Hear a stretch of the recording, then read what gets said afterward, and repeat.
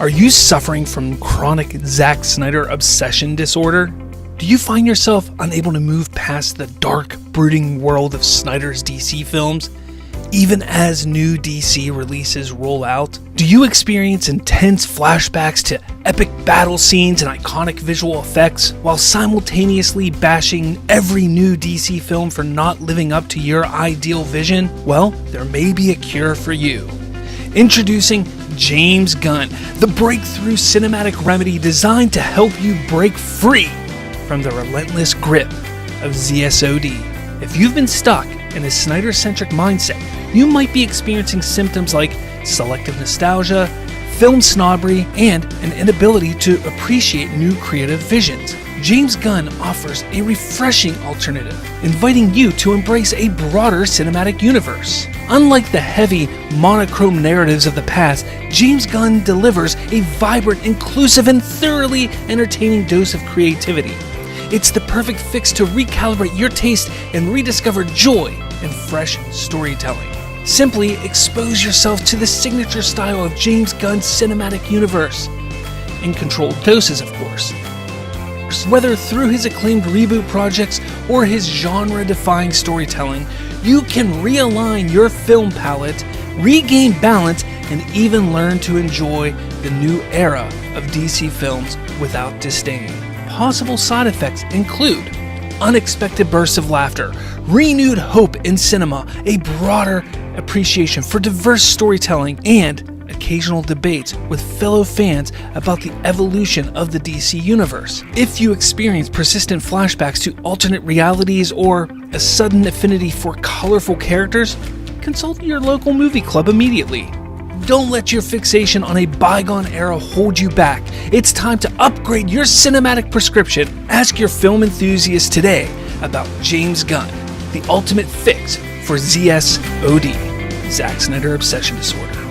James Gunn, the remedy that brings...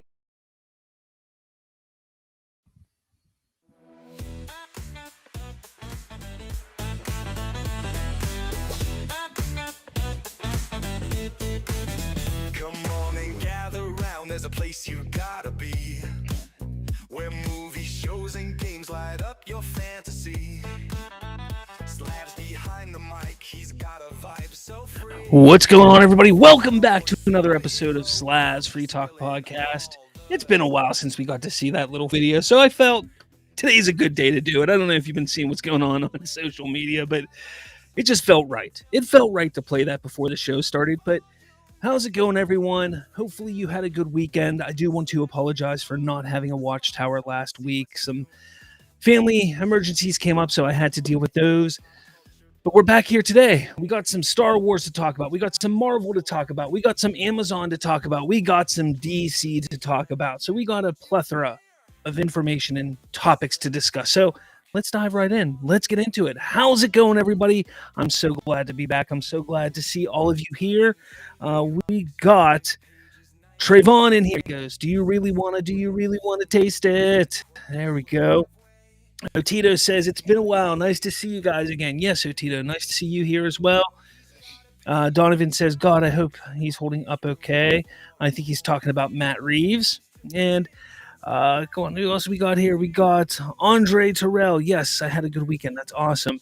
I don't know if you see in the chat, there is a poll asking, did you see Revenge of the Sith this weekend? Did you happen to go see it? The re-release of Revenge of the Sith. I couldn't help myself. I had to go see it. I had to. And I hope you did too, because it is one of the best, if not the best, Star Wars movie that has ever been Star Wars. So hopefully you got a chance to see it. I know I did. Right now, out of 13 votes, 92% say no. That's sad. That's really, really sad. That's unfortunate. But, I mean, that's okay. It did banger in the box office, which is absolutely crazy. Absolutely crazy. We got Xander Wild here. He goes, I'm here. What's going on, Xander? We got Andre in here. He says, hello, my dude. Revenge of the Sith broke records. Andor is back. We're good. Yes, we are. Critic Chris says, hello, Slav, and fellow DC fans. Hopefully says, so glad your family is doing well, Slav. Thank you. Thank you. Let's see. Andre says, I love to hear news about James Gunn's Superman. We will get into some things about James Gunn's Superman today. Don't you worry. Don't you worry. We got some stuff to talk about there today. All right. So first thing I want to talk about, obviously, is Revenge of the Sith. I went and saw it in theaters. I took my two oldest boys to go see it. They've never seen it. I mean, they were born after the movie came out in 2005.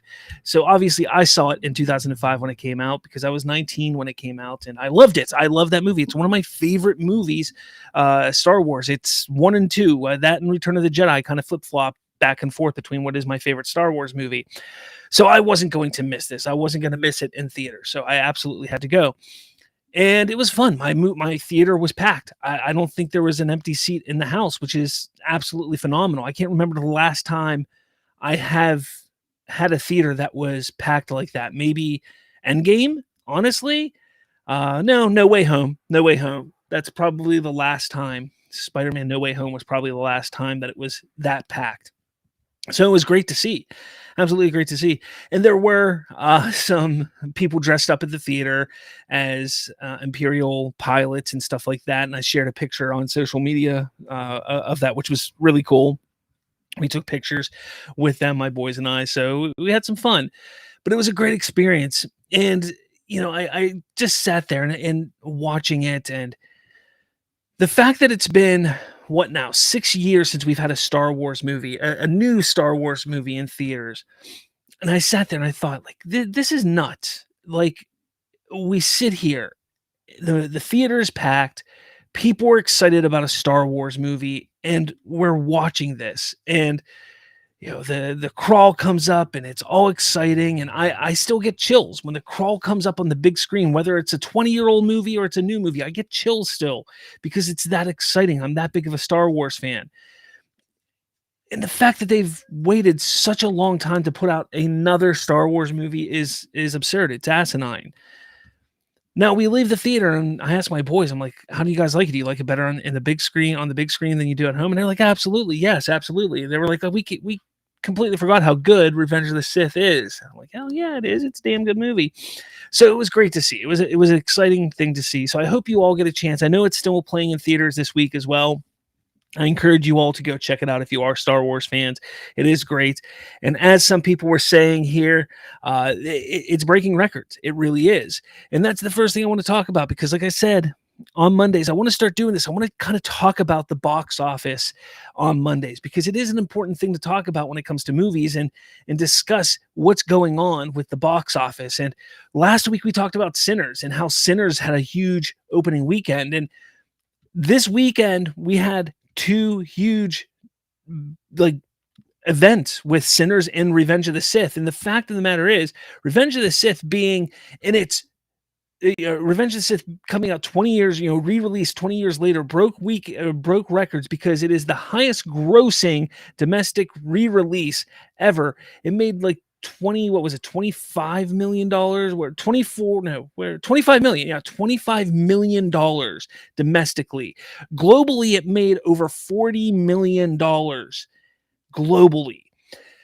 Now, I'm going to stick with Star Wars here because we were just talking about that. What people don't understand, because there's a lot of people I've seen online say, well, you're just giving money to the Disney family and that's just telling them that you want their crap and they're just going to take that money and use it for crap.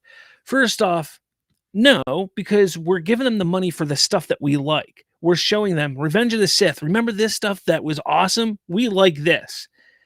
Now, don't go give them the money for the crap. Don't go and watch The Acolyte. Don't go and watch the shitty Obi-Wan show. Don't go watch the crappiness. That's the difference. That's what you do. You give them the money for the stuff that you like that is good, and you don't give them the money for the stuff that sucks. That's the proper way to do it. When you just stop giving them money, then they're just not going to make anything at all. And that's not what we want. We want them to make more of the good and not the bad. So we give them money for the stuff that we've liked and not for the stuff that sucks. So the fact that it's made this much money is absolutely awesome. I love to see it. I hope that it makes around $100 million by the time it's done. I doubt it's going to make that much money, but still, it would be awesome to see and make a bunch more money before it runs. The run is over, which is great. Sinners had a 6% drop. That's it. A 6% drop in its second week, which is phenomenal. It's looking like globally there's a chance it could hit that 300 million if it keeps going this direction. The problem is it's going to be losing its IMAX screens here this week, because this coming week, because of Thunderbolts. Thunderbolts is going to be getting the IMAX screens that it's losing, so that's going to hurt it a little bit because those tickets for IMAX are a bit higher, and it's losing screens. So fewer screens, less money on the ticket side, so that money's going to drop a little bit. So that drop in the next week is going to be a little more significant. But the word of mouth is getting out there. I still haven't had a chance to go see it. I'm hoping to get a chance to see it here within the next week or so, because I do really want to see Sinners, but I also want to go see Thunderbolts. And then after Thunderbolts, we got more movies coming out. By the end of May, I think there's a total of like 8 movies I want to have seen in the theater. So it's the movie going season is upon us. I mean, things are coming out like crazy. So it's really exciting. The Accountant 2 with Ben Affleck made 24.4 million domestically, which is really good. Not great, but if I remember correctly, the first one wasn't that a direct to streaming movie, the first one. So the fact that this one's made 24.4 million domestically, and it's not like a big IP either, so it's not too bad, I don't think. But you probably would expect a little bit more. John Bernthal and Ben Affleck, you probably wanted to get a bit more. But yeah, I mean, it's really, really interesting to see what's going on. Until Dawn only made 8 million. It's a video game adaptation, whatever you want to say. It did okay. It did okay. I heard a lot of people not say it was great. I heard that film is kind of like, it doesn't know what it really wants to be. It doesn't like it. It does kind of what the video game does, but doesn't do it well, is what I've heard. So we'll see. And Minecraft is just chugging along still. I mean, it's on its way to $1 billion, which still baffles me. But it is what it is. But that's kind of your box office roundup for this week. And let me know what you guys think in the comments about the box office right now. What was your surprise this week? Do you have a surprise for this week? And what do you think is going to happen in the coming week? I mean, soon we're going to have Thunderbolts coming out soon. So what do you think what's going to happen with that? Let me know your thoughts in the comments below. What do we got here? What are you guys saying? You guys are talking amongst yourselves. Oh, man. Andre says, I was 27 years old when 2005 was here. Hey, man, so you remember Revenge of the Sith really well. Oh, boy. Trayvon says, when it comes to Revenge of the Sith, if anything, this is telling Disney that Star Wars was in better hands with George Lucas and Fox as merely a distributor. It does kind of tell them that, but do they read it that way? That's the question. Do they read it that way? Xander, name one thing in the pulp culture fan base more miserable than the Snyder Cox.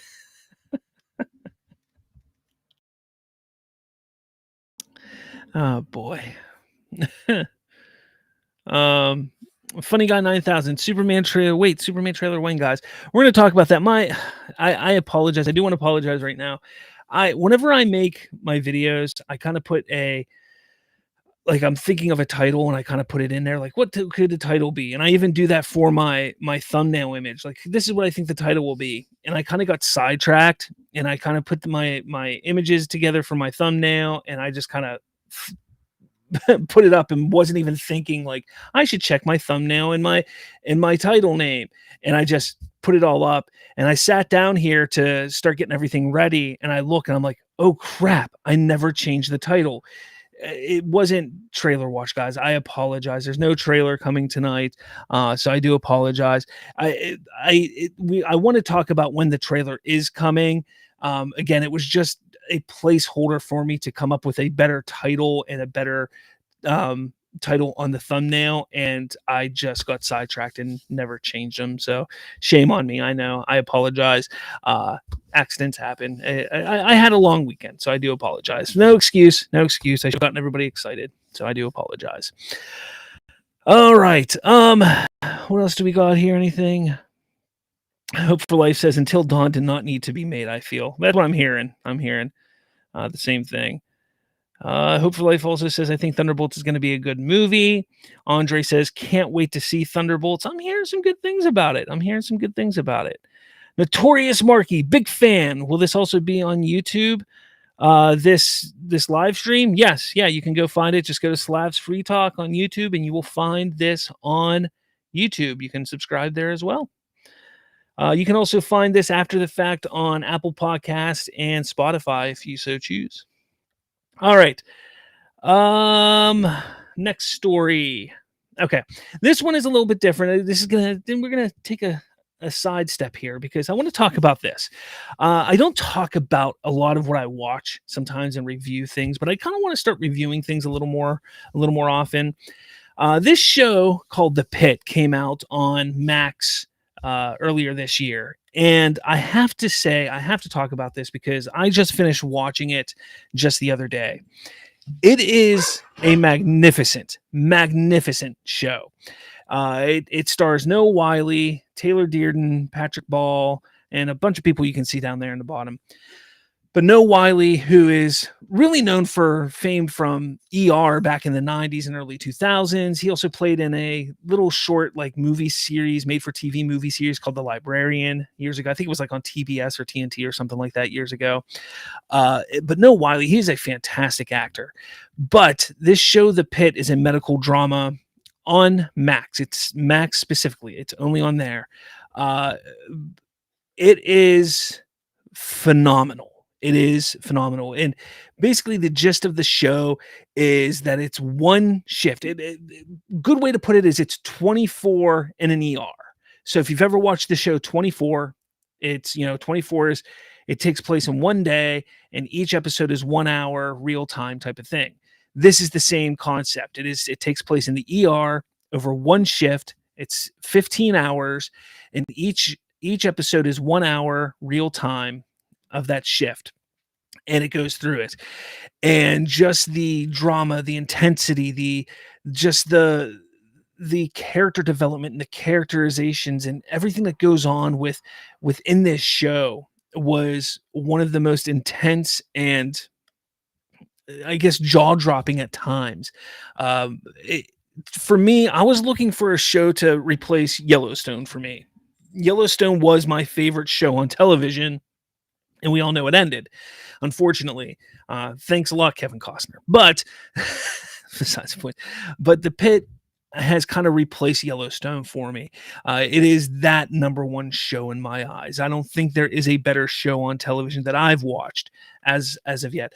There is not a better show on TV right now than The Pitt. So if you're somebody who likes medical dramas, if you're somebody who likes dramas and that intensity and things like that, give this show a shot. It's 15 episodes, hour-long episodes. It's great. One season is out. It's going to get a second season. And my guess is it's going to be an Emmy darling when it comes to the Emmys. It's going to get nominated for a shit ton of Emmys. I'm hoping it wins a bunch too.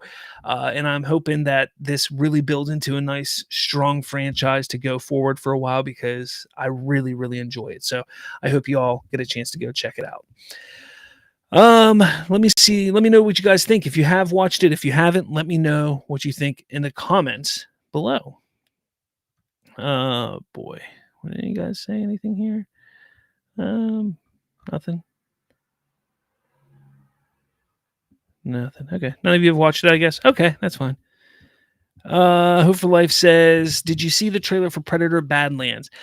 I saw the trailer, but I didn't really watch it. I put it on, but I didn't watch it. I need to rewatch it. If you know what I mean. I saw it and I was watching it, but kind of distracted. I need to rewatch it. I also want to rewatch the one for, what's the animated one? Predator, Kill, whatever it is. I want to rewatch that one, and I need to rewatch the Aliens one, Alien Earth. Is that Aliens Earth or whatever? Like I love that IP, that franchise. I love how it's all interconnected. I love that. I just need to rewatch because I'm excited. I loved Prey, so I'm looking forward to this new Predator for sure. Can't wait. Let's see. Xander says, also, Slav, I have an update on my Joker story. It is going absolutely insane. Pun intended. Awesome, man. Awesome. Let's see. Franz. Have you seen the new photo of Superman and Lois together? Yeah, we will get to that. Don't you worry. We will talk about it. All right. A little more Star Wars here. I know, guys. I know. Ian McDermott talks backlash to Palpatine Star Wars Rise of Skywalker return and scrap TV series. I don't care about the backlash about the Rise of Skywalker. Who cares about that? It was a terrible movie. But what I want to talk about is this here. There was never any discussion. There was talk in Phantom Menace about something like chlorines. People, where's it at? Does the evil monster have sex? Where's that? Where's that? Where's that? Anyways, there was talk. Oh wait. I can't find it. There was talk about a Darth Plagueis project that was going to happen. Palpatine project that was going to then explore more with Palpatine and even Darth Plagueis. And to me, like when I sit here and think about that, like I wonder, like, would this have been a good idea? Because do we trust that they could have done this? Could we have trust? Where I wish I could find it. Like I read it earlier. Now I don't see it here. Does this evil monster think you don't have a sexual relationship with anybody? Response. Well, there's always something isn't there. Read stuff. I swear it was here. Oh, here it is. There we go. The trade also put in the actor there has been plans for a TV series featuring Palpatine from George Lucas, not Disney Plus. As if anything from that was shared with him, he said, just the story of Plagueis the Wise. It's fairly obvious that my character Plagueis on his road to becoming Palpatine, but beyond that, no. With George, you didn't discuss anything really. You turn up and you shoot. These films take a long time to make, and the pressure is intense for many reasons. Of course, George was at the forefront of all that, so he had all that to think about by day. He takes a good deal of trouble over casting, but once he's cast, then he likes the actors to get on with it. So this was all under George Lucas. This is all stuff that was coming up and discussed probably way back in like 2007, 2008, 2009, somewhere probably way back then. But would we have trusted this to be good? I actually think it would have been better. I think this would have been an awesome idea. I think this would have been a lot of fun. People loved the Darth Plagueis novel that came out many years later after the prequel trilogy, and I think this probably would have been very similar to that. It's similar to discussing and diving into what that would have entailed and the rise of power of Palpatine slightly before the Phantom Menace. And I think that would have been a lot of fun. It would have been really interesting, and it would have been really cool. But what I wanted to bring up is this is the big problem that we have with Lucasfilm under Disney, because apparently George Lucas handed all this kind of stuff over to Lucasfilm when he sold it. So there's a good possibility. I'm not saying definitely, but there's a good possibility that this draft or script or something about this was handed over to Lucasfilm when he sold it. And if they saw this and they read it and they're just like, yeah, no, and they just threw it to the side. Yeah, no, and they just threw it to the side. Like, how many things like that did they just look at that George Lucas created and they were like, nope, and just threw to the side. Like, no, we don't want it. But then we get things like The Last Jedi, The Rise of Skywalker, The Book of Boba Fett, and things that are just complete ass. And instead of getting things that could have been really, really cool. And that's the problem that I've had with Star Wars. But I just wanted to bring that up because I thought it was an interesting little topic. But yeah, I don't know. Donovan says Lucasfilm is allergic to making good decisions. Very true. Donovan says, I'm kind of glad this didn't happen, but now in the streaming age, they can just adapt the Darth Plagueis story. But it's not Darth Plagueis story. If I'm not mistaken, that novel isn't even canon now. That's part of Legends, so that's terrible too. It's just ridiculous. It's just ridiculous. Hopefully, just wait for the series Alien Earth Slav comes out this summer along with Predator, Killer of Killers. That's what it is. Yeah, Killer of Killers. All right, next story. Amazon secures Highlander rights. Henry Cavill to star with Chad Stahelski. Yes, words. Stahelski. There we go. Directing. Words. Names. Terrible. So we knew that Henry Cavill was going to be in the Highlander reboot, but I wasn't aware that the rights were being shopped. I didn't know that until last week, whenever it was Amazon, MGM Studios, and United Artists have secured the rights to the reboot Highlander, with Henry Cavill set to star in John Wick Mastermind directing. The deal marks a new chapter for the cult classic series, which has long awaited a modern revival worthy of its enduring legacy. I'm excited about this. I'm a big fan of the Highlander series. Come on, Lambert was fantastic in the first one. Look, I'm even one of the weird ones that enjoys the sequel, the second one. Look, like you can come at me. I understand. The second one is bad. Look, I get it. The second Highlander is bad. If you don't know how bad the second one is, just go watch it. It's bad. But if you know, you know, I get it. But I'm one of the ones that, like, I enjoy watching it for what it is, because I thought it was a bold move. It was a very, very hard swing. It was a miss, but it was a very hard swing. But I enjoy the Hunter series through and through. I do. The TV show wasn't that bad. I couldn't really get into it just because it was a product of its time, of the 90s. It really was. And whenever I kind of got into it, it was just, it felt very like Xena, Princess Warrior, or Hercules type of thing. And I just never got into those shows. It just kind of felt like that not like, obviously not that fantasy type of stuff, but it just felt that well made, which isn't very good. But the films I always enjoyed. I dig this. I think this is a really, really good move for Henry Cavill. I think this is going to be a really good film series. I think it could be a good film series if people show up for it, for Henry Cavill. I think you get a good action director. You get some really cool action moments in this movie. And I think this could be a big home run for Cavill. And he's looking for a big home run right now. He doesn't have a big franchise that he can really just sink his teeth into. And maybe this is going to be the one that does it for him, or maybe not. I hope it is, because I love the franchise and I want it to do well. But this could be interesting. I'm all for it. I just hope it does well. And here's the thing.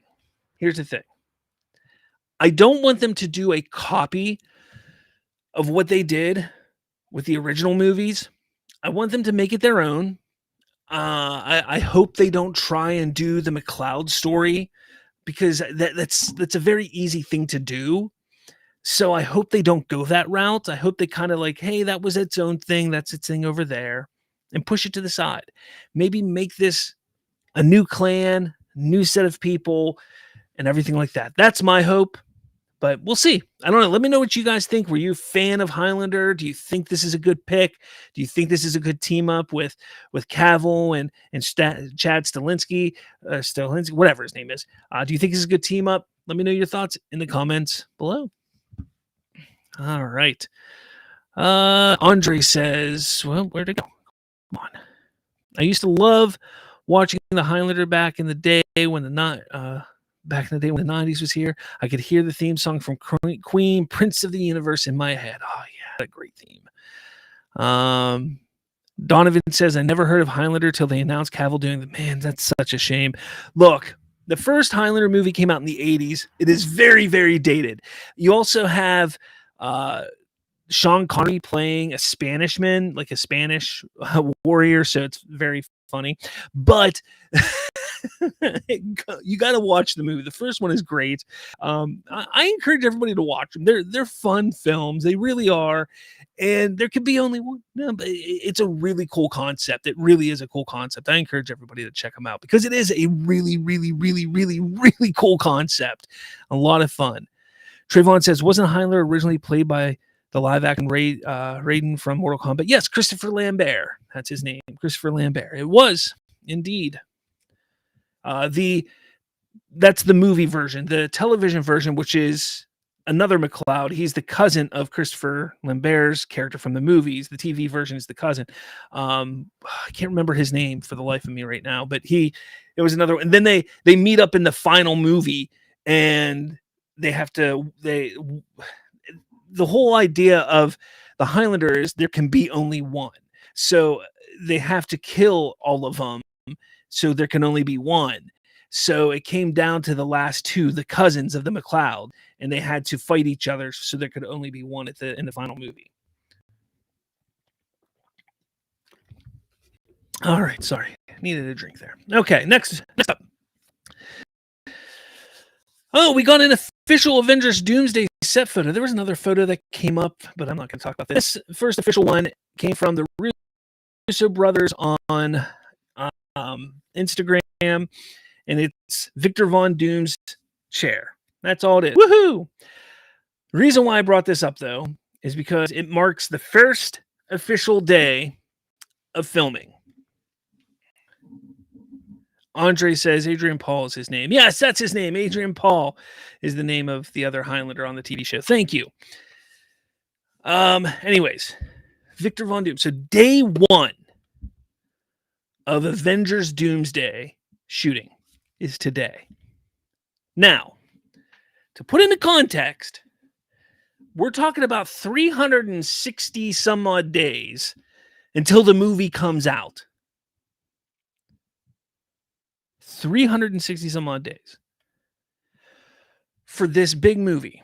Not only that, but rumor has it that the script isn't even finished. This movie is going to be a disaster. It's going to be a disaster. Look, I'm all for it. Like, I'm excited because I want to see what Marvel I want Marvel to succeed. I do. Because if Marvel succeeds, that means it's going to push DC to do better. If DC does better, it should push Marvel to do better. But there's something about this that just, to me, doesn't feel right. If the rumor about the script not being finished is accurate and true, and the fact that this big movie, this big undertaking, is starting today, and it's due to come out next May. We're talking about just over a year, like a year and like 2-3 weeks from now. And all of that, all the special effects, all the post-production, everything has to be done in that amount of time. That to me it is a recipe for disaster. Now, am I saying that it can't be done? No, it can be done. But let's take a look at the Fantastic Four trailer that we just got. Fantastic Four was in the same boat. It started its production in July of last year, and the movie comes out July this year.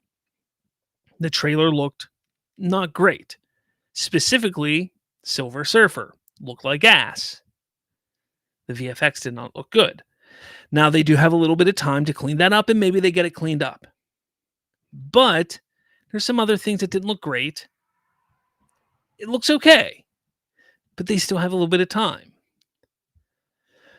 But that's my concern, because now you're pushing your VFX teams. That is more my concern than how good it looks.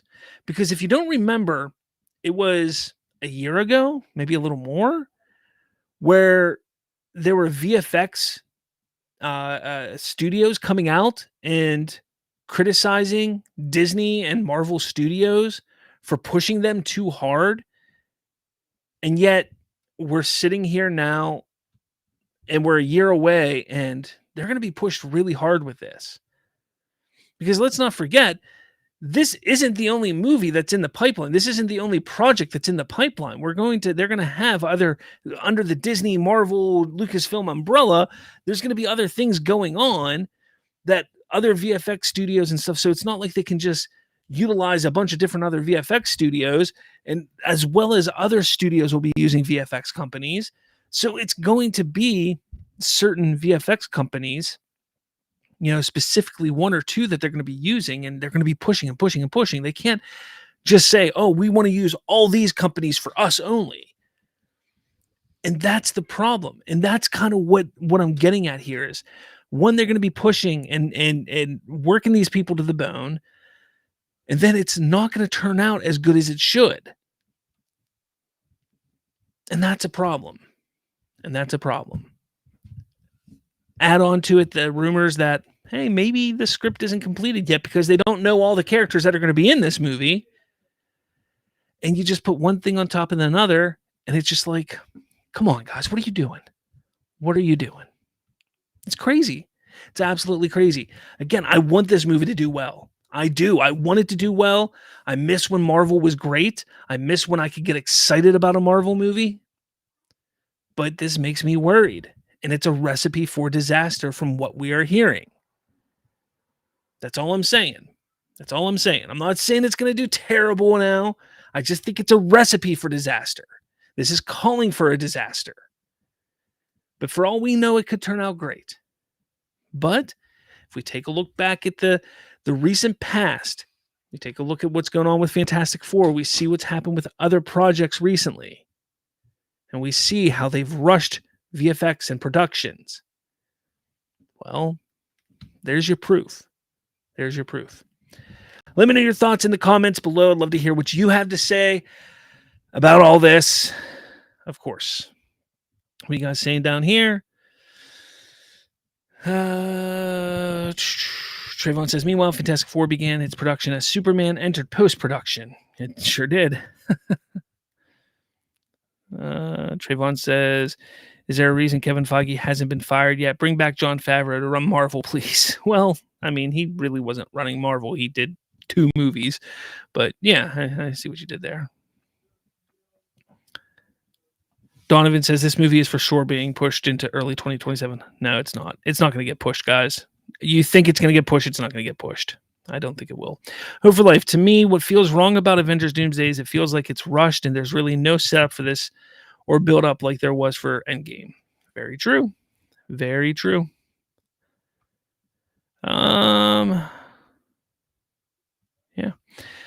Yeah. Trayvon says, hot take, Fox did it better with X-Men Days of Future Past. Well, Fox Days of Future Past was a good movie. It really was. All right. Superman talk, guys. The moment we've all been waiting for. Superman talk. All right. Real quick, Otito says Supergirl almost done and over a year to post-produce. Avengers cameo day takes notes. Yeah, I mean, that's the thing. Take a look at Supergirl. Like you said, it's almost done with its principal photography, and then it's going to have roughly a year of post-production. Avengers is going to have a year of principal photography and post-production alone. Like, it's wild. Like, you see the difference between how DC is running things compared to Marvel. And a lot of people will sit there and say, well, Marvel is a different beast. It's a different machine because they've been doing it for so long. But again, I say, take a look at what they've been doing over the last 5 years and how it just hasn't been good quality. And there's a difference. You have shitty quality the last 5 years. So why would you keep doing the same thing over and over again?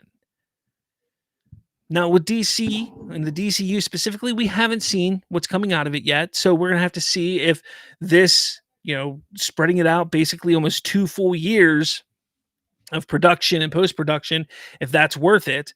But if it is, year and a half, 2 years of production and post-production, if that's worth it, then and the movies come out and they're phenomenal, they look great, then that should be the norm. Give your team top to bottom all the time they need. All right. Who's in here? Hey, Real Anarchy's in here. What's going on, Real? Hey, and it's funny. I just pulled up your little thing here. Look at that. All right. So, a federal judge just came out the other day. I wanted to talk about it last week, but obviously wasn't able to. A federal judge shut down the Superman co-creators' estate effort to regain foreign rights and halt the upcoming film, ruling they had no legal standing in the matter. Superman is set to hit theaters in Canada, the UK, Ireland, and Australia with no delays. Now, for those of you who aren't aware or didn't know, the co-creator of Superman, the estate, tried to sue Warner Brothers Discovery and state basically that they could not release the movie in certain territories or countries because it goes against the rights and agreement that they have with the estate. And so they tried to sue Warner Brothers Discovery for that. The judge shut it down, so they're fine. Here's the thing. I said this back when this all came about. If it would have gone past this initial judge for the appellate court, to appeal it, if this judge would have said yes, it's going to move forward, it's going to go to trial, Warner Brothers would have probably made a deal. They probably would have sat there and said, okay, what is it going to take? Let's get this movie needs to get out there. It would never have gone to trial. Or what would have happened, because they could have done it because they're a big company, they probably could have delayed, and they probably could have delayed the trial until 2025 or 2026, 2027, and they could have delayed it for a while, thus allowing them to put the movie out still and seeing all the box office and all the revenue come in to see how well the movie did. And they would have basically had to put like the money that came in from those specific countries kind of like off to the side, essentially off to the side. That way, once the court case came about, then they would know, okay, here's the money that is owed to the family if they lost. Those were kind of like the two scenarios that I foresee happening if it went forward. Whether accurate or not, I don't know. That was just my guess. The fact that it's tossed out, there's some people who are kind of like, this is a good thing. There's some people who think it's a bad thing. Now, I can see both sides of it, because you have one side of it where you're like, well, this is a bad thing because now it's just a corporation that's gaining more control of an artistic entity. Well, let's not forget that really the estate now for Superman is like 4 generations down. Like, this person who is like fighting this has really no skin in this game. This is like a person who probably never met their great grandfather, great uncle, or whomever it is, never met them, has no idea anything like that, like probably doesn't even know who, like, any information about Superman besides what they've seen in modern day. And that's why when I sit here and take a look at something like this, it's kind of like there's a lot of issues I have with that kind of stuff, like with IPs. Like, I get it. Like, I know if I created something, sure, I'd like it to pass on down to my children and in the generations and stuff. But there was a point in time when they sold the rights off to a company. And at that point in time, in my opinion, like, you sold those rights. It's done. It's over with. The fact that the estate, when you're talking about somebody who is so far removed from the original creator, I think it's kind of like, why even bother? Like, why? Like, you can tell at that point in time, you're just trying to get money. You're trying to finagle a way to get some kind of profit off of something that you really have no business getting a profit off of to begin with, in my opinion. But that's me. I know some people want to agree with that. I know some people may think otherwise, but I mean, that's the way life is. I just think this is a good thing. I think this is going to do this is a great thing. A similar thing happened back in 2013 with Man of Steel. And hell, it's probably going to happen again in a couple years when they do a Superman 2. I mean, things like this are going to just continue to happen because that's how the estate works. And they're just going to keep trying to get more and more money when they can. This is how it is. But let me know your thoughts in the comments below. Trayvon says, isn't Superman supposed to be public domain anyway? In 2030, what is it, 2032 or something like that? 2034? I can't remember. I don't remember. What is the 100 years? When's the 100 years? Isn't it 100 years it becomes public domain? Is that what it is? Or is it 105 years? I don't know. Let's see. Let me look real quick. When does IP become public domain? After the author, and either 70 years after the author's death or 95 years after publication, with some exceptions for corporate works and those publications before 1978. Specifically, works published before 1923, unpublished works where the author died over 70 years ago. Okay, this is just too much to understand. So this would be works published after 1922. Copyright protection typically lasts for 70 years after the author's death. Typically. So 70 years after the author's death, I guess. Whatever that is. I think Superman becomes public domain in 2035. Let's see. When does Superman enter public domain? 2034. Cannot be held by a single commercial entity for more than 95 years, and hence Superman and Lois Lane will enter the public domain in 2034, followed by Batman in 2035, the Joker in 2036, and Wonder Woman in 2037. So there you have it, guys. There you have it. All right. Oh, there you go. Thanks, Real Anarchy. All right, moving on. Here it is, guys. The photo. The photo that dropped on Superhero Day. Superhero Day. New look at Superman and Lois in James Gunn's Superman. Look at it. Look at it. It's beautiful. It's beautiful. You got the practical set in the background. You got Lois looking all Loisy, and you got Superman looking all Superman-y. It looks great. And it's a behind-the-scenes photo, I think. I don't think this is in the middle of a scene, but it could be. I don't know. I'm not 100% sure. But I think this is really cool. Like, I love this look here. Love the aesthetic. I love everything about it. It looks Superman to me. Like, I look at it, and it feels like a comic book panel to me. Like, I don't know if that makes sense to you, but like when I saw it, I was like, I can imagine just word bubbles popping up here for dialogue. Like, I can imagine that with this one little image here, which is fantastic. So like little word bubbles right there and right there and right there. I don't know where I'm showing my mouse here. It's just perfect, if you ask me. I think it's perfect. I think it looks great. But every time we get something, obviously,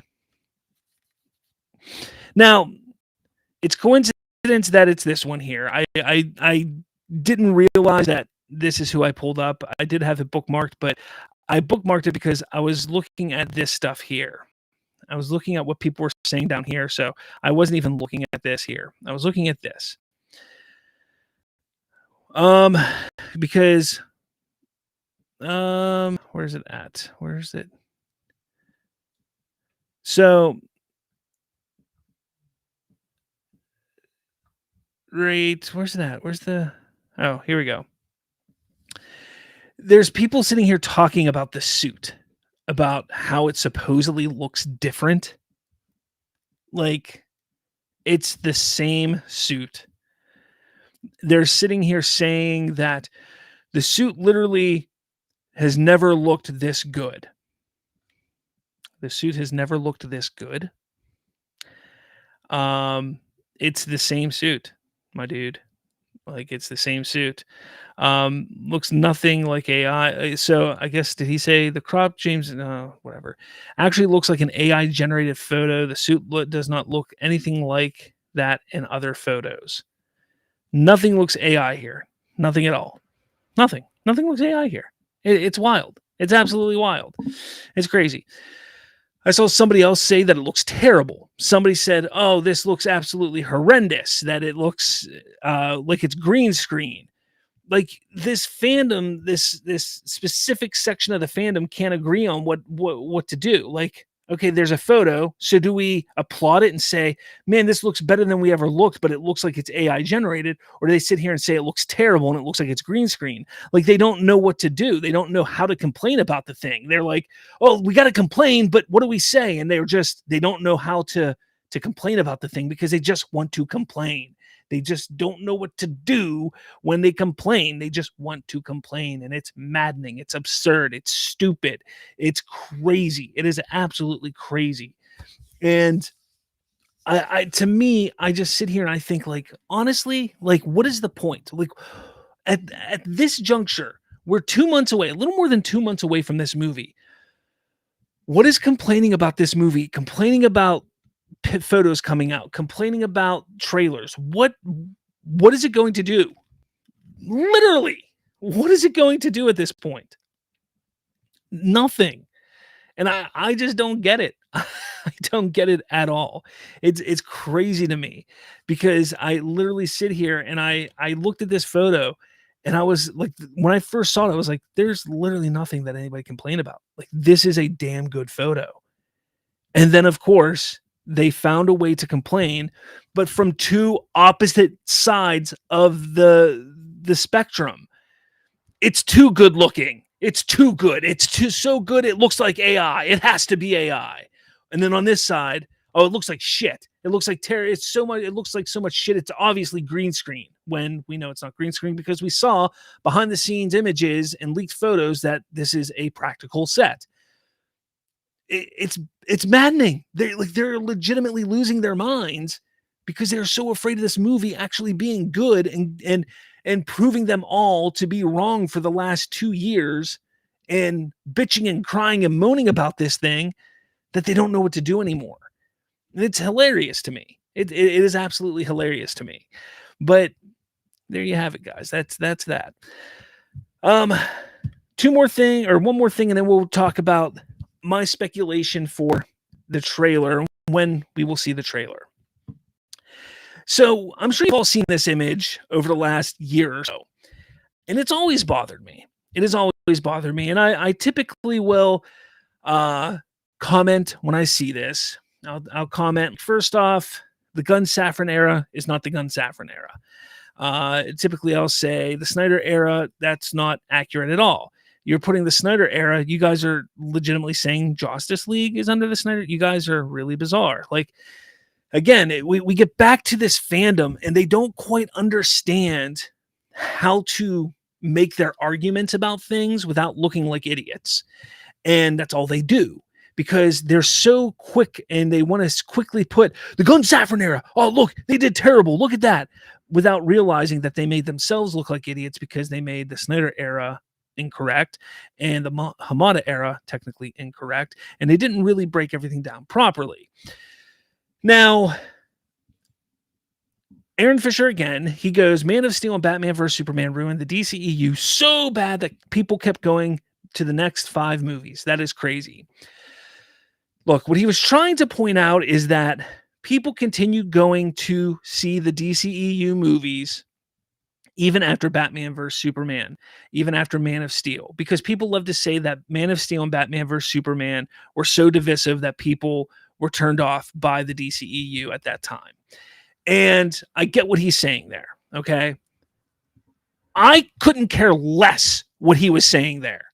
I couldn't care one iota what he was saying there. I'm just sick of seeing the stupid photo that is inaccurate. So I fixed it.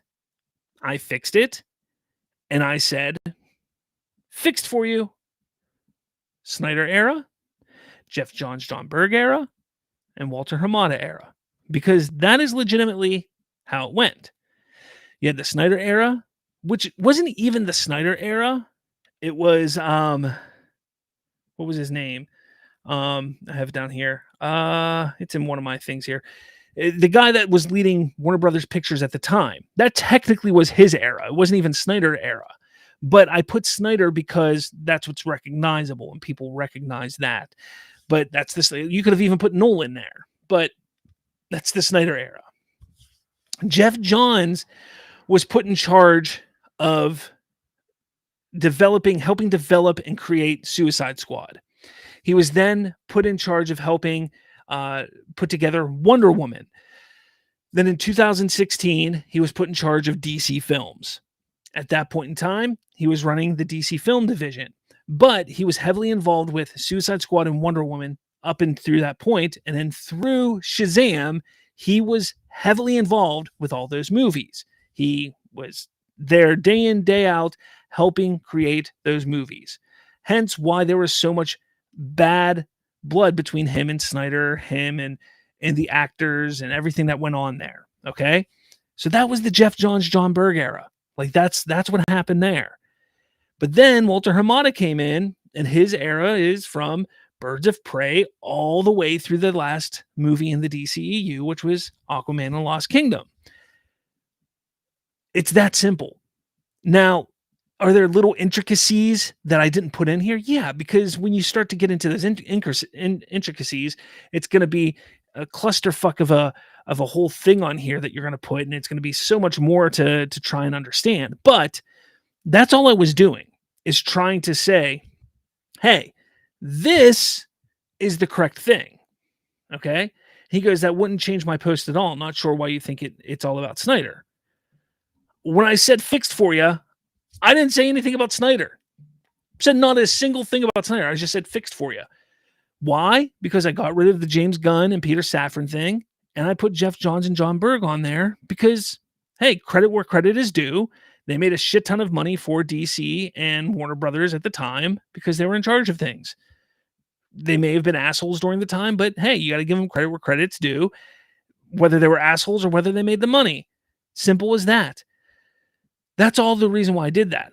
But this completely blew up, and people like Matt Jarbo jumped in, and other people started jumping in, and it really just took off. Like, people just started like freaking out about this whole thing that I put on there. Then you see this person trying to put on here, trying to put this on here, like, oh, look, I fixed it for you again.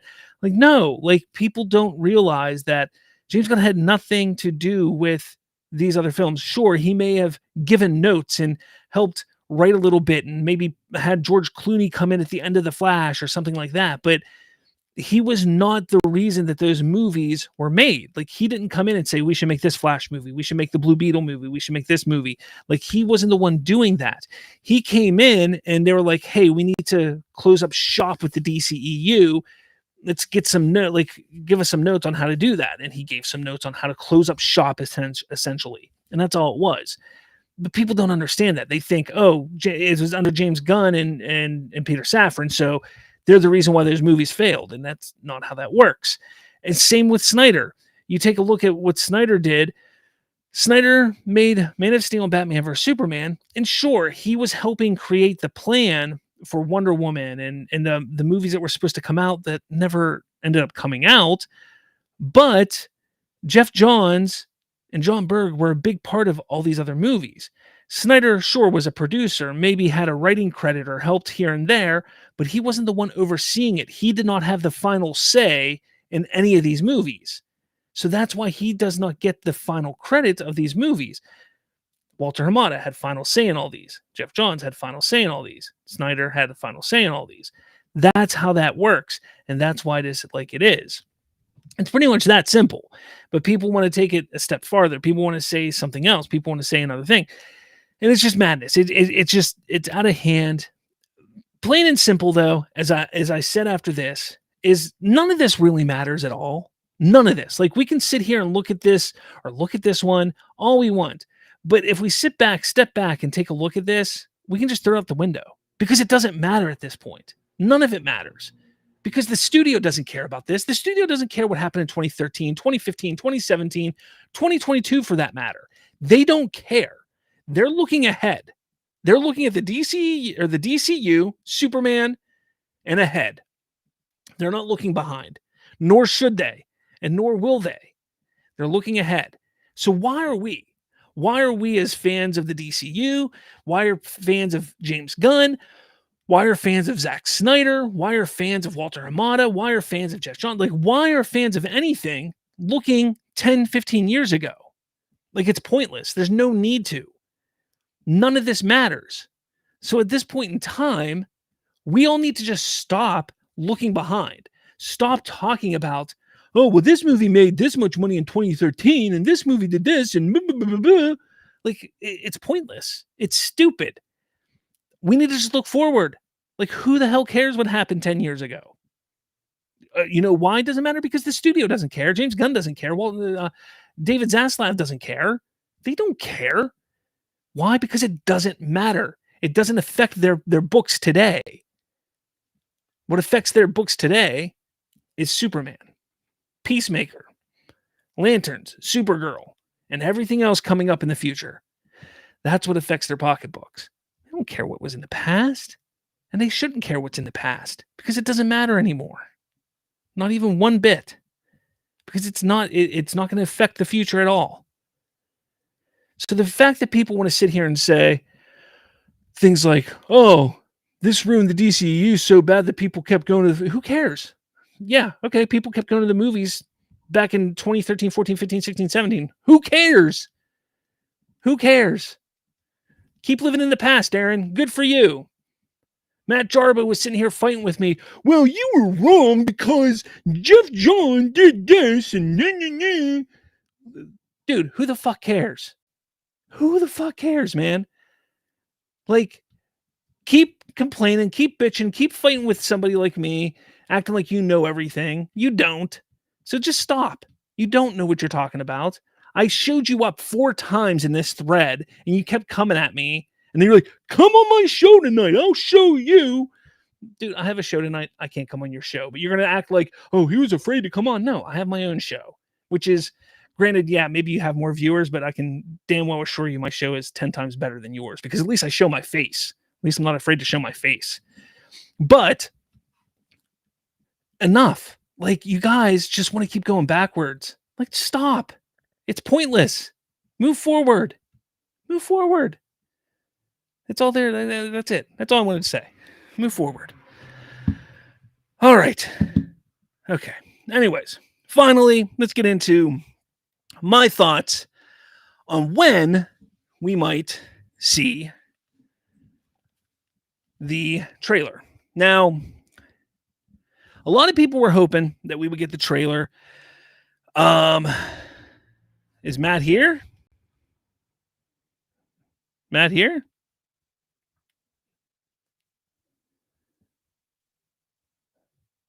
If he's here, I'll send him an invite. I will absolutely send him an invite. I just don't know how to send him an invite right now. Sorry, I wasn't looking at my my chat until right now. Oh boy, where's my Matt? You're on Twitter. Send me a message on Twitter. Maybe might be able to do it that way. No problem doing that. I love how I just went on my rant and then boom, you're there. That's fun times, guys. Fun times. I can't. There we go. Can I message you? I can message you.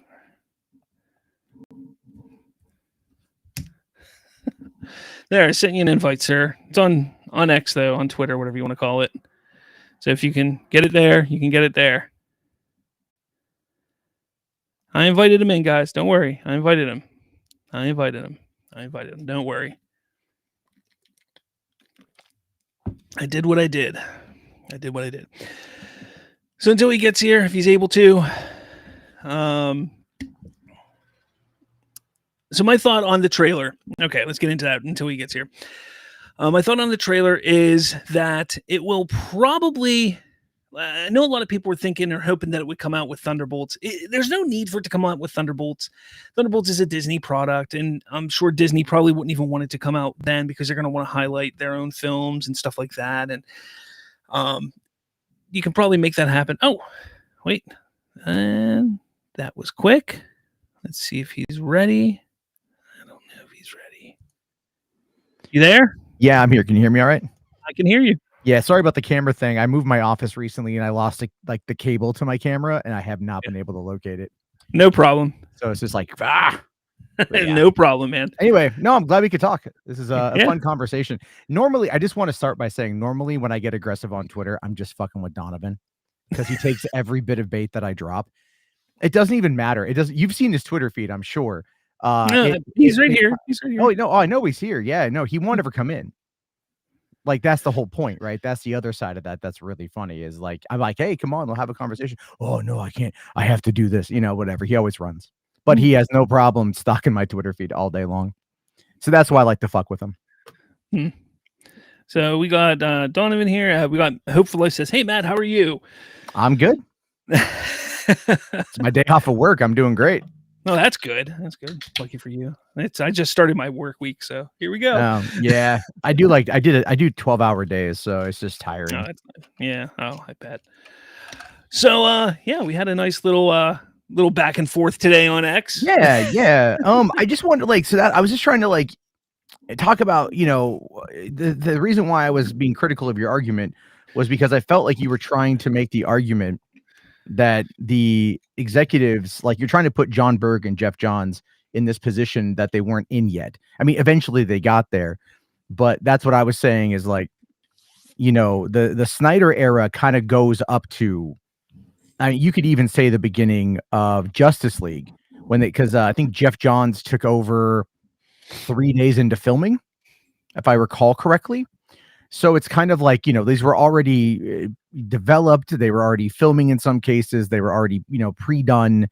And so getting the executives on at that point in time is kind of it's almost like associating with a different regime. That's why I said, well, Gunn, if you by your logic, Gunn would be responsible then for the films in 2023, which I know he's not because he wasn't there when those things were greenlit. You know what I mean? That's all I'm trying to say is Aquaman, Shazam, those are definitely Jeff Johns babies. But Wonder Woman was already filmed well before Jeff Johns even jumped on, in the executive chair. Well, no, not really, because Wonder Woman started filming November of 2015. And Jeff Johns joined up. Sorry, I have to take my pills, but Jeff Johns started in June of 2016.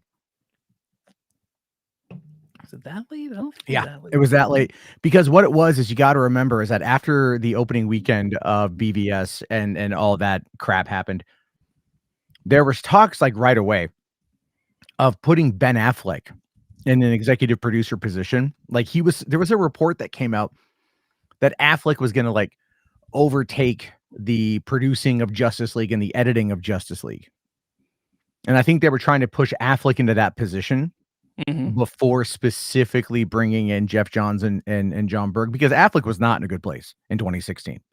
Just not in a good place. Oh, I know. Yeah. And now that we know more of that information that, as time went on, it kind of makes sense why Matt Reeves took over, did his thing. And, it's all tragic, unfortunately, but with any luck, and even though I've been critical of Superman, with any luck, this will be behind us.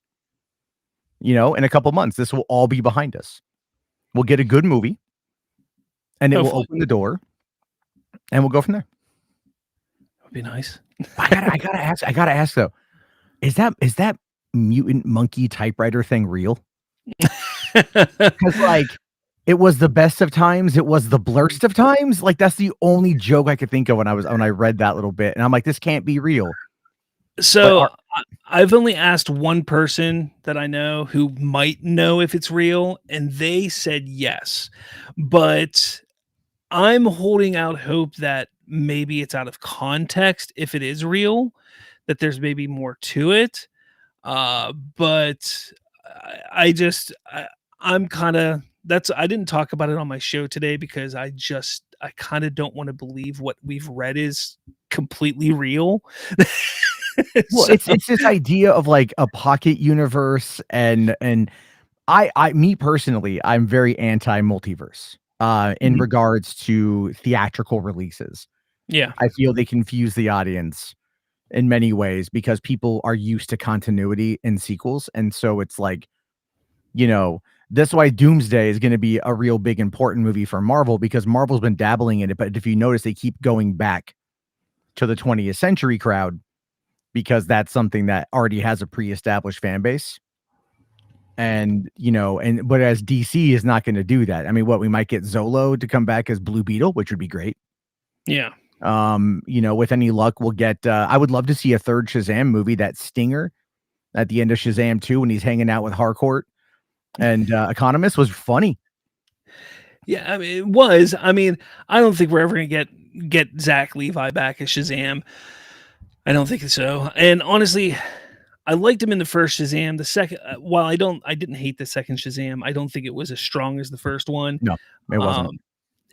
I like Zach Levi. I do. I just don't think they're gonna push on forward with that. It's really just kind of, I don't know. Yeah, I'm sorry. Go ahead. I was gonna say I just want us to get through these first couple of years. That's all I want to do. I just want to get through, because when wow, that was a fraudulent slip. Admit it, you want him back. It's okay. You can admit it. It's a safe space. Aaron Fisher will only come a little bit if you say that. Only a little bit.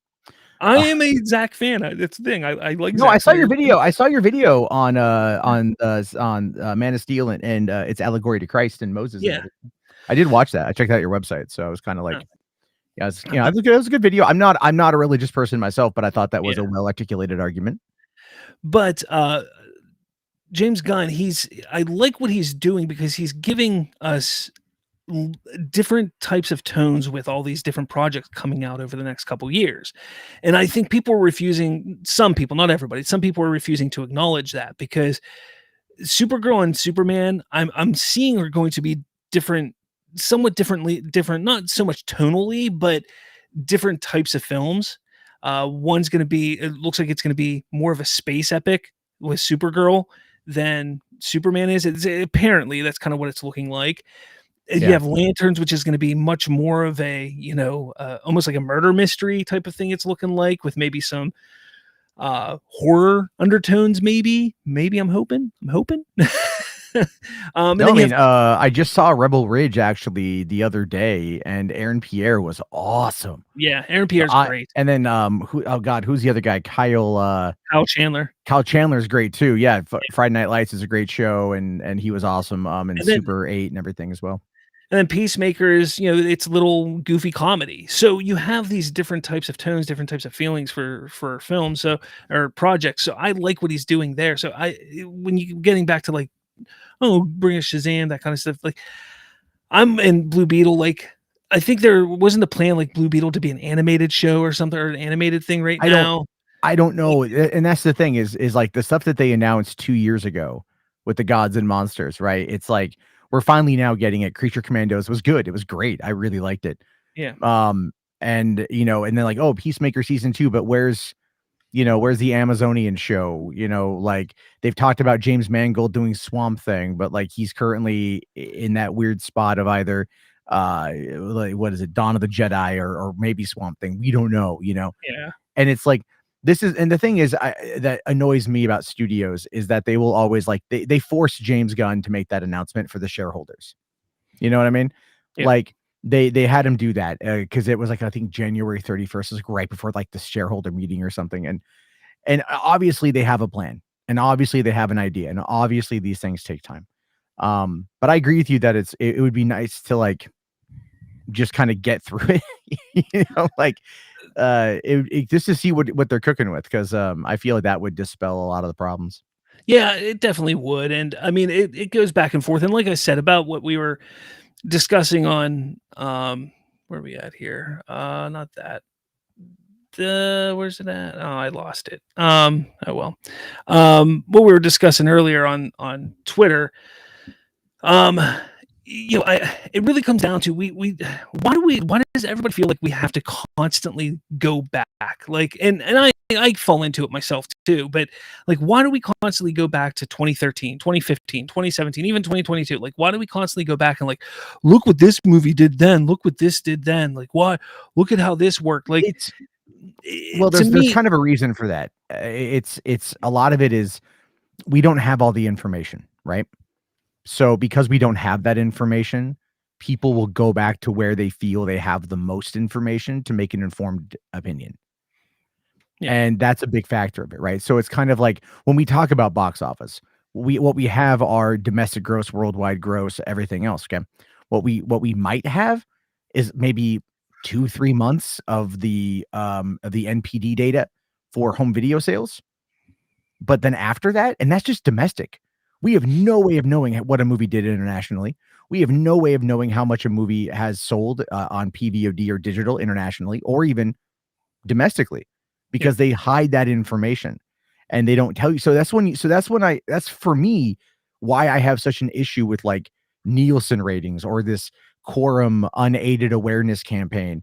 And I'm like, look, man, these people know they have these social media companies that track every metric, and they know how many people watch Superman on Max, whatever, a Peacemaker, Snyder Cut, doesn't matter. They have all that data. And they keep it so close to the chest, and the rest of us are out here just doing some, like armchair quarterback type stuff.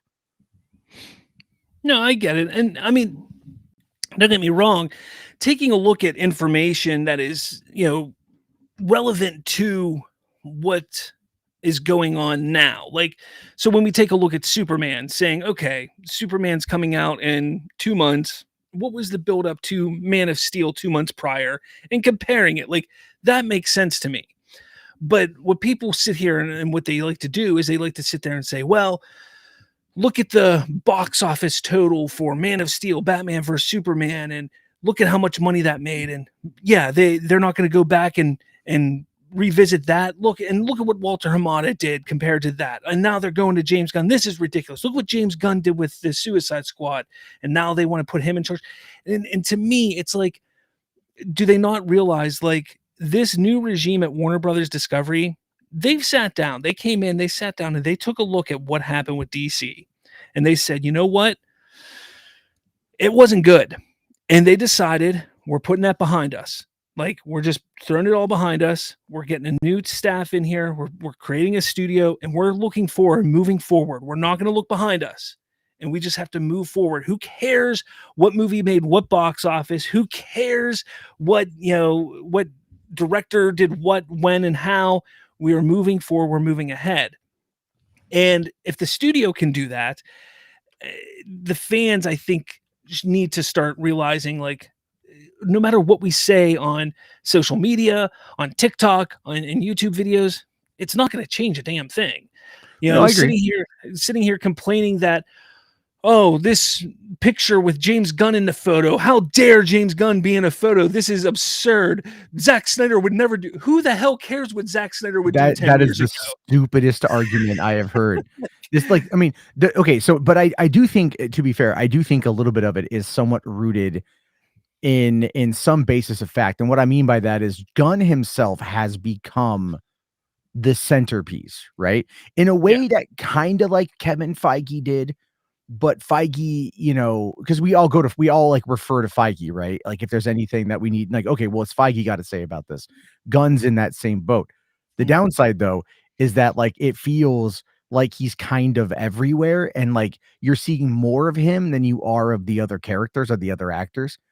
And I can see why people would be feeling the way that they feel about that.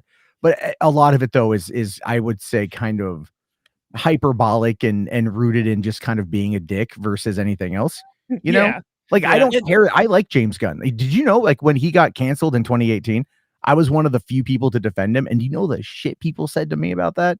I defended my him God. too. I was defending him back then too. Did you get like that, oh, you're just a pedophile, all that shit? Oh yeah, I got that. I got was, that too. Yeah, it was bad. And I'm like, there's like, and you're still dealing, and I'm sure you're getting comments about that from people that are going like, oh, you're defending a pedophile. And like, I ignore it. I at this point, because it's stupid. You're right. You're absolutely right. My point of bringing that up, though, is just that, like, there are like the terminally online people that end up making it worse for everybody else. Yeah. You know what I mean? And like, so when I go after Donovan, I go after Donovan because Donovan is a terminally online person who won't go the fuck away. That's why I do it. And I'll say it to his face, even. I don't care. Like, every time, it doesn't matter. But again, it's the same kind of notion of, like, it doesn't matter what I say. It doesn't matter what, someone's going to come back and going to have something like the most stupid response ever. And then, it's like, Jesus Christ, you guys, like, come on. But it is best to not engage. Sometimes it gets a little difficult, to be fair. Yeah, it does. Oh, trust me, I know. I mean, I've done my best. Superman Day was really, really hard for me. It really was. And you tried to get me a couple times on Superman Day. You did. I stand by that article I published, though, because that's my complaint with most comic book characters is the idea that, like, just a constant iteration or reiteration, and that there's no true version. Even though there are ideals that do kind of carry over, but again, people will argue all the time, like, and it's like that with Batman and Spider-Man and anything else, and it always gets on it. I just never cared for it personally. I'm like, just have, like, this is why manga's winning, you guys, because, like, they have one story, 1,000 issues, on and on and on and and on it's and the on same character. Yeah, it's the same stuff, and, like, you can pick it up and go with it. Whereas comics are like, is this 6-issue arc? Who did this one? Oh, okay. Is it connected to anything else that I need to pre-read to know about this? And trust me, I hate it with because I have kids. I have kids, and my one son especially, he'll ask me sometimes, like, "Hey, I want to read the Spider-Man comic. I want to read this. Like, which one should I read?" And I'm like, "Well, what do you want to read? Like, what portion do you want to read?" Like, it's like, "Oh, I want to read the one that's connected to this." I'm like, "Well, okay, but you got to read this, then skip this to read this." It's like, whatever. So it's, and if he ever brings you that one that's got the guy that's with Mary Jane, but I don't know what it's called, but everybody hated it. Do you know what the one I'm talking about? It's the one where, like, Peter and Mary Jane aren't married, and she's with some other guy, David, I think his name is, or something. I don't know what you're talking about there. Oh wow, yeah, no, I don't remember. It was so, like, everyone hated it. It was bad. But someone else. I'm sure someone will tell you the name. I forgot, but yeah, it was like, again, it's that idea that, like, no, read this, but don't read this. It's hard because if you want to get into it, the barrier for entry is difficult because of the sheer volume of content. Mm-hmm. And that's really my arguments about, like, about comic books in general, or like that. And that's just, a lot of it is because I have OCD. So for me, I'm very, like, 1, 2, 3, 4, 5. So, like, it breaks my brain when I'm trying to, like, figure out, like, which one goes to which. So that's a lot of where I'm coming from, just on a personal level. Guy's name is Paul. That's what somebody's Paul? saying. Okay. Mary Jane is currently in a relationship with a character named Paul, who's from another dimension. Is that the one? Yeah, I think that's the one. Yeah. Again, everyone I've talked to has been like, I hate it. It's terrible. Yeah, I didn't know about that. Yeah. Weird. I don't read a lot of Spider-Man comics. I read a lot of DC. So how was the Absolute series? Because everyone keeps recommending that to me.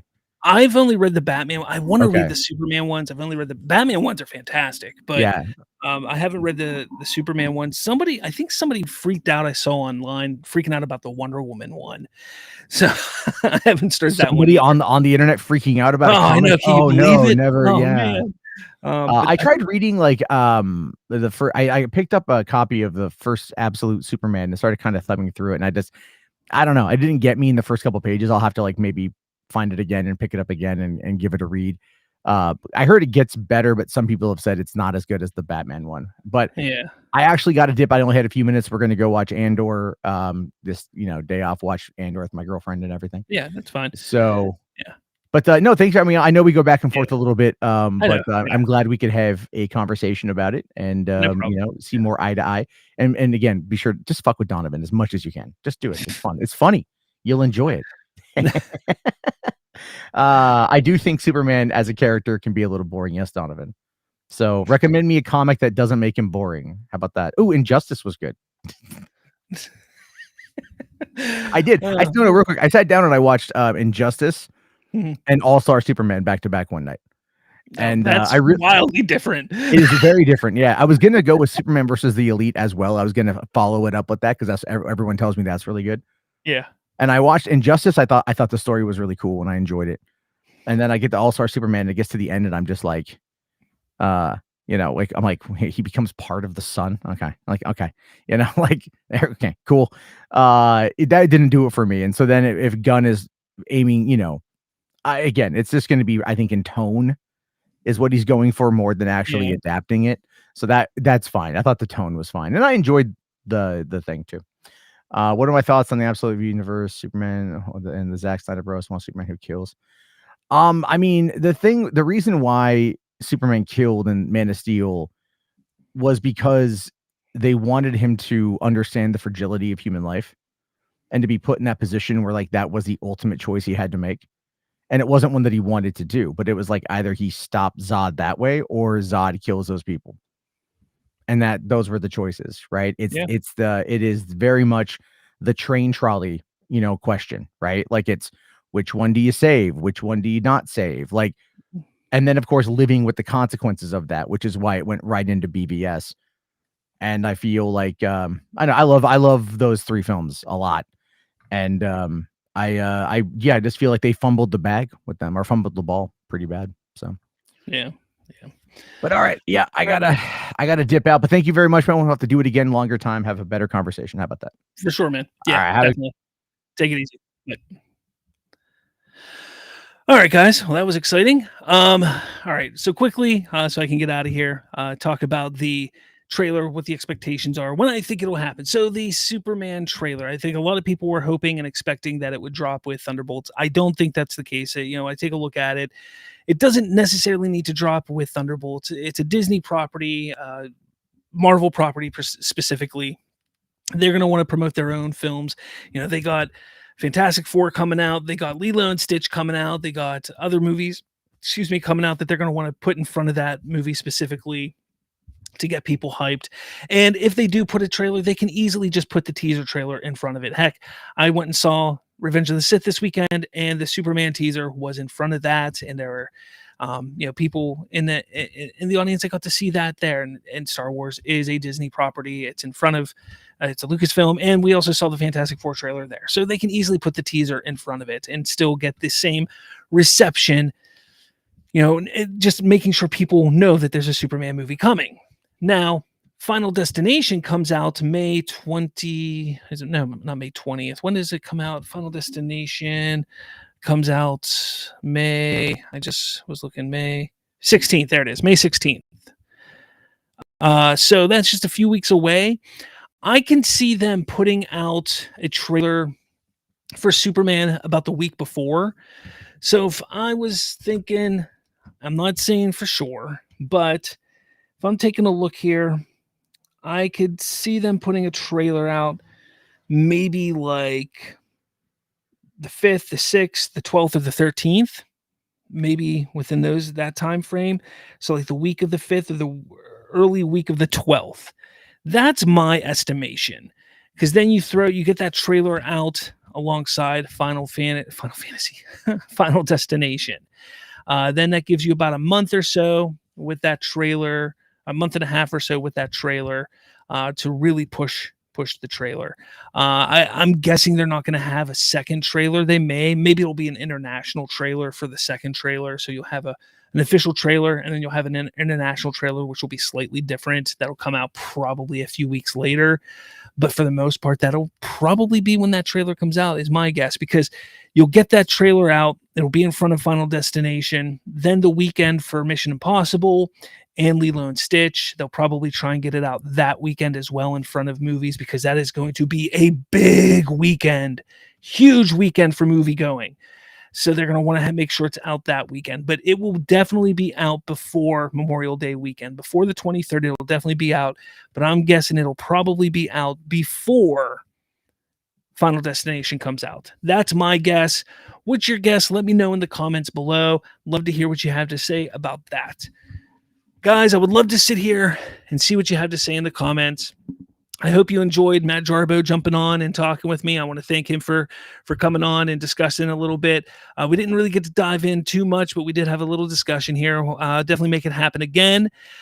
Make sure you hit that like button, hit subscribe if you like what you hear and see here. You can follow me on all the socials, X and Facebook and Discord and TikTok and all that jazz. You can listen to me on Apple Podcasts, Spotify. But yeah, guys, I got to get out of here. I'm tired. I got to work in the morning. So I'm going to start the outro music, maybe. There we go. And I'm going to get out of here. I do plan on having my first Thursday night. I'm planning on it. But she's doing well, so I am planning on doing a show Thursday night, same time, 8:30 p.m. My Monday shows may be 8:30 for the time being going forward, so I'll let you guys know as things move forward, so we'll see. But yeah, guys, thank you all for joining me. With all that said, I'll catch you all later.